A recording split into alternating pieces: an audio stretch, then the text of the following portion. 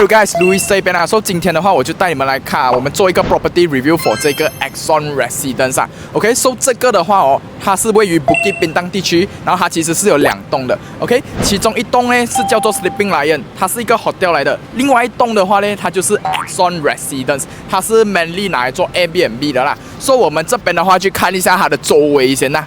OK， 你可以看到啊，这边其实它是有2条路的。这一条路啊，直下去啦，然后弯左，它就可以到这个 Pavilion 了的。然后这边的话，往上走的话啦，其实是自己本身住在这边了的，我们有来这边体验一晚啦。这边我们往上自己去走，会有一点点的小危险啦。如果是 for 女性一个人的话啦，为什么呢？因为这边你可以看到，它其实整排哦都是比较旧的一个 flat 楼来的。OK， 它其实这边会有蛮多外劳啊，在这边我们讲做工啊，或者是直接住这边用这边的。我们这边会给他一个比较没有这样好的一个体验啦。OK， 过后的话，我们就进到他的 lobby， 我们去看一下他的 lobby。OK， 你可以看到啦，它其实这一边的 lobby 哦，其实是相当的 grand 的啦。但是我觉得它唯一一个没有这样好的地方呢，就是它的这个通风系统。OK， 为什么会这样子讲？因为其实你来到这边啦，你会嗅到有一个味道，就是没有这样好闻的味道啦。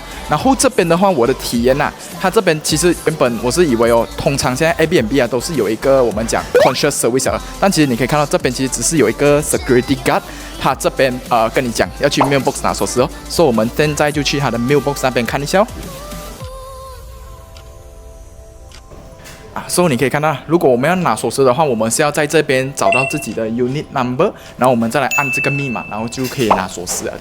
OK， 现在的话我们就要上去我们的 unit 看了啦。这边就是它的 lift。OK， 其实它的 lift 的话，我觉得可以值得称赞的一点是哦，我们不用按自己的号码的，可以给到我们一个比较好的 privacy， 我们只需要这样子 scan 一下，它就可以自动去到我们想要的楼层了，就是我们 book 的房间的楼层。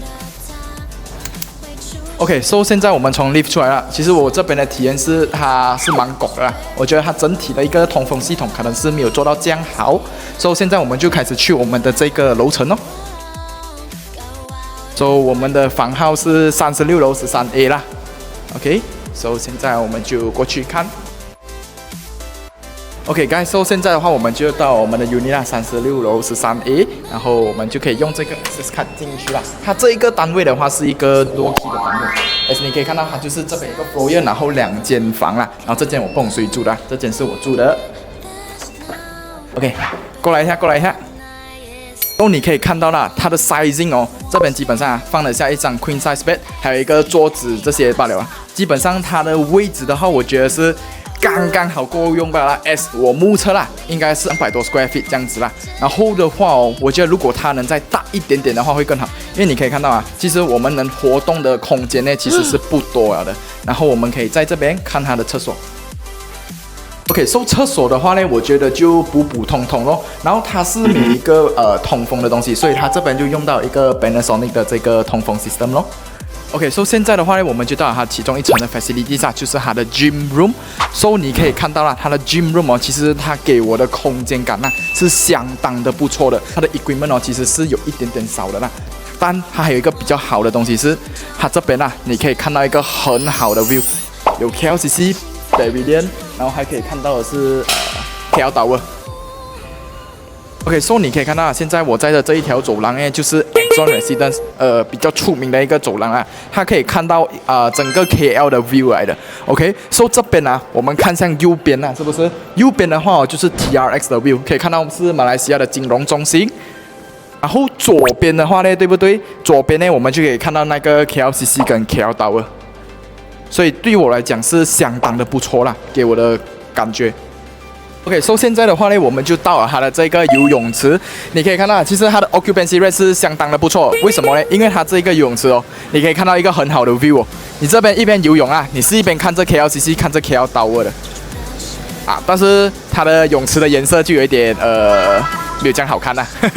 OK， 现在的话呢，我就是在它的这个 car park area， 我觉得它的 car park 其实是一个蛮 well planning 的一个地方，然后我就直接顺便在这边做一个总结了。它这边的话，给我住的体验10分的话，我会给到一个6分。So 为什么啊？我先讲那个6分啊，6分的话哦，它整体给我带来的感觉其实是蛮 grand 的，然后它的东西其实是都做到蛮有诚意的，好像它有给到 Sky Gym， 有给到 Sky Pool 等等之类的啦，很多 facilities 可以给我们去享用。OK， 然后它比较不好的一点啊，就是剩下那4分我是扣在哪里啦？它的 air ventilation， 很像我一进来啊，我就嗅到一个比较刺鼻的味道，比较没有这样好闻的味道。第二点的话，是不是它的整体啦？其实我是已经在流汗了的，我在走这的时候已经流了整身的汗啦。它的 air ventilation 可能是没有做到这样好的一个方面。然后第3点的话，就是它其实周围啦都是 flat 哦，它的 accessibility 是没有到这样好的。然后我们的安全性上面也会比较扣分一点点。第4点。其实我其实之前是有住过别的Airbnb suites， 他们是 directly 有一个 counter 去帮我们做这个 key collection 之类的东西啊。到这边的话，我是没有体验到这样的东西啦，就是我还要自己去 mailbox 那边拿锁匙。第5点就是我们讲它的 layout 的话哦，对我来讲真的是小了一点点啦。我目测大概是200多 square feet 而已。如果它能再大一点点啊，给我更多的一个空间感啊，我会觉得更加的好啦。OK， 整体住上去的体验我是觉得 OK 的啦。如果你喜欢我的 video 的话，你可以在下面点一个关注跟点赞啦。OK， 谢谢你们的收看，Louis这边，拜拜。